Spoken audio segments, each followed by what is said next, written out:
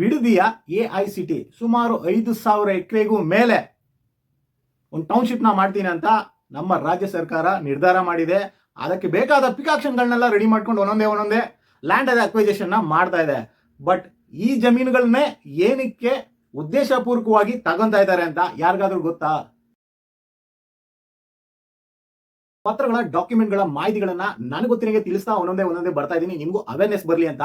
ನಾನು ತಿಳಿಸಿದಲ್ಲ 100% ಹಾಗೆ ಆಗುತ್ತೆ, ಹೀಗೆ ಇದೆ, ಇದರಿಂದಾನೇ ಹಂಗಾಗಿದೆ ಅಂತೆಲ್ಲ ತಿಳ್ಕೊಳಕ್ ಹೋಗ್ಬೇಡಿ. ಒಂದು ಅವೇರ್ನೆಸ್, ನಿಮ್ಗೇನಾದ್ರೂ ಈ ತರ ಆದಾಗ, ನಿಮ್ಗೇನಾದ್ರೂ ಈ ತರ ಬಂದಾಗ ನಾವೇನ್ ಪಿಕಾಕ್ಷನ್ ರೆಡಿ ಮಾಡಿ ಇಟ್ಕೊಬೇಕು ಅನ್ನುವ ಅವೇರ್ನೆಸ್ ಮಾತ್ರ ಕೊಡ್ತಾ ಇದ್ದೀನಿ. ನಮ್ಮ ರಾಜ್ಯ ಸರ್ಕಾರ ಕೆಲವು ಊರುಗಳನ್ನ ನೋಟಿಫೈ ಮಾಡಿದೆ. ನಿಮ್ಮ ಜಮೀನುಗಳನ್ನ ಏನು AICT ಅಂದ್ರೆ ಟೌನ್ಶಿಪ್ಗೆ ನೋಟಿಫೈ ಆಗಿದೆ, ನಿಮ್ಮ ಜಮೀನುಗಳನ್ನ ಕೊಡಿ, ಅದಕ್ಕೆ ಬೇಕಾದ ಸೂಕ್ತ ಮೌಲ್ಯವನ್ನ ನಿಗದಿ ಮಾಡಿದೀವಿ, ಅದು ಕೊಡ್ತೀವಿ.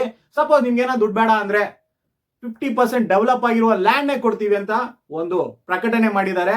ಇಲ್ಲೇ ಏನಕ್ಕೆ ಮಾಡ್ತಾ ಇದ್ದಾರೆ, ಏನಕ್ಕೋಸ್ಕರ ಈ ವಿಲೇಜ್ ಗಳನ್ನ ಅಕ್ವೈರ್ ಮಾಡ್ಕೊಂತಾ ಇದ್ದಾರೆ ಅನ್ನೋದ್ರ ಬಗ್ಗೆ ನನಗೆ ಗೊತ್ತಿರಂಗೆ ಕೆಲವು ಮಾಹಿತಿನ ಈ ವಿಡಿಯೋಲಿ ಹಂಚ್ಕೊಂತಾ ಇದ್ದೀನಿ. ಈ ಊರುಗಳು ಯಾವ್ದೆಲ್ಲ ಈಗ ಸೆಲೆಕ್ಟ್ ಮಾಡಿದಾರಲ್ಲ AICTಗೆ, ಅದನ್ನ ರೆಡ್ ಝೋನ್ ಅಂತ ಅಲರ್ಟ್ ಮಾಡ್ಬಿಟ್ಟಿದ್ದಾರೆ. ಸಪೋಸ್ ನೀವು ಫಾರ್ಮಿಂಗ್ ಲ್ಯಾಂಡ್ ಯಾರ್ಯಾರು ಇದಾರಲ್ಲ ಜಮೀನ್ದಾರ್ಗಳು, ನೀವು ಏನಾದ್ರೂ AICTಗೆ ಜಮೀನ್ ಕೊಟ್ಟಿಲ್ಲ ಅಂದಾಗ ನಾಳೆ ದಿನ ಆ ಜಮೀನು ರೆಡ್ ಝೋನ್ ಆಗೇ ಇರುತ್ತೆ ಹೊರತು ಬೇರೆ ಯಾವ ಝೋನ್ ಆಗಿ ಕನ್ಸಿಡರ್ ಮಾಡಲ್ಲ ಅಂತ ಹೇಳ್ಬಿಟ್ಟಿದ್ದಾರೆ. ಥಾಟ್ಸ್ ಆಫ್ ಪ್ರಸಾದ್ ಅಂತ ಯೂಟ್ಯೂಬ್ ಚಾನಲ್ ಓಪನ್ ಮಾಡಿರೋದು ಏನಪ್ಪಾ ಅಂದಾಗ, ನಿಮ್ಗೆ ಡಾಕ್ಯುಮೆಂಟ್ಗಳು ಕೆಲವು ವಿಚಾರಗಳ ಬಗ್ಗೆ ವಿಶ್ಲೇಷಣೆ ಮಾಡೋಣ, ನನಗೆ ತಿಳಿದಿರಂಗೆ ಕೆಲವು ಮಾಹಿತಿಗಳನ್ನ ಹಂಚ್ಕೊಳ್ಳೋಣ.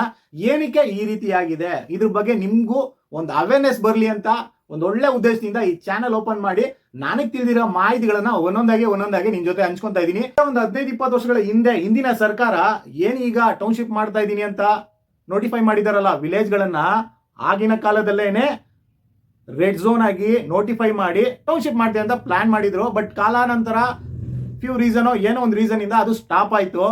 ಸ್ಟಾಪ್ ಆದಾಗ ಟೌನ್ಶಿಪ್ ಸ್ಟಾಪ್ ಆಯ್ತೆ ಹೊರತು ಅಲ್ಲಿರುವ ಜಮೀನುಗಳಿಗೆ ಗ್ರೀನ್ ಝೋನ್ ಮಾಡಬೇಕು ಅಂತ ಯಾರು ಯೋಚನೆನೂ ಮಾಡಿಲ್ಲ, ಆಮೇಲೆ ಯಾರು ಹೋರಾಟನೂ ಮಾಡಿಲ್ಲ ಅನ್ಸುತ್ತೆ. ಇಂದಿನವರೆಗೂ ಆ ಲಿಮಿಟ್ ಅಲ್ಲಿರುವ ಎಲ್ಲಾ ವಿಲೇಜಿನ ಜಮೀನುಗಳಿಗೆ ರೆಡ್ ಝೋನ್ ಆಗೇ ಉಳಿಸ್ಬಿಟ್ರು. ಮೋಸ್ಟ್ಲಿ ಇದೇ ತರ ಆಗಿನ ಸಮಯದಲ್ಲಿ ಹೋರಾಟ ಮಾಡಿ ಟೌನ್ಶಿಪ್ ನ ಸ್ಟಾಪ್ ಮಾಡಿದ್ರು.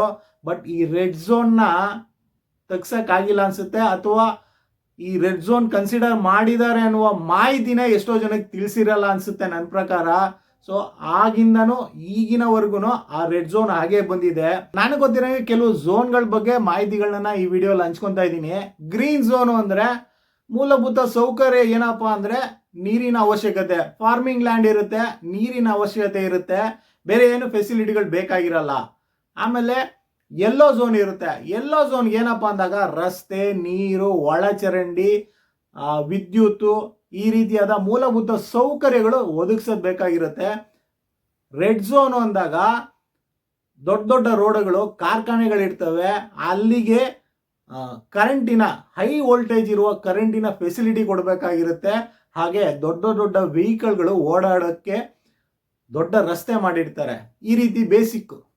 ಸೊ ಝೋನ್ಗಳು ಒಂದು ಬಂತಲ್ಲ, ಗ್ರೀನು, ಯೆಲ್ಲೋ, ರೆಡ್, ಈ ರೀತಿ ಕನ್ಸಿಡರ್ ಮಾಡಿರ್ತಾರೆ. ಈಗ ಆ ಜಮೀನುಗಳನ್ನ ರೆಡ್ ಝೋನ್ ಆಗಿ ಕನ್ಸಿಡರ್ ಮಾಡಿದ್ದಾರೆ.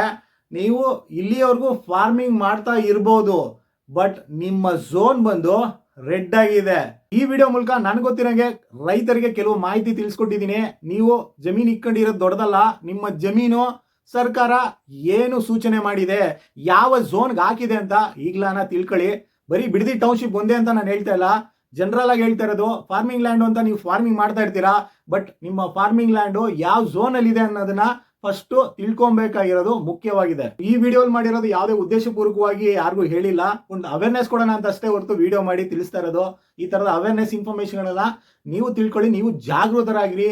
ಈ ಪ್ರಾಪರ್ಟಿ ಡಾಕ್ಯುಮೆಂಟ್ಗಳ ಬಗ್ಗೆ ಕೆಲವು ಮಾಹಿತಿಗಳು ಅಪ್ಗ್ರೇಡ್ ನೀವು ಆಗಿ ಅಂತ ಒಂದು ಒಳ್ಳೆ ಉದ್ದೇಶದಿಂದ ಮಾತ್ರ ಈ ವಿಡಿಯೋನ ಮಾಡಿ ನಿಮ್ ಜೊತೆ ಹಂಚ್ಕೊಂತಾ ಇರೋದು.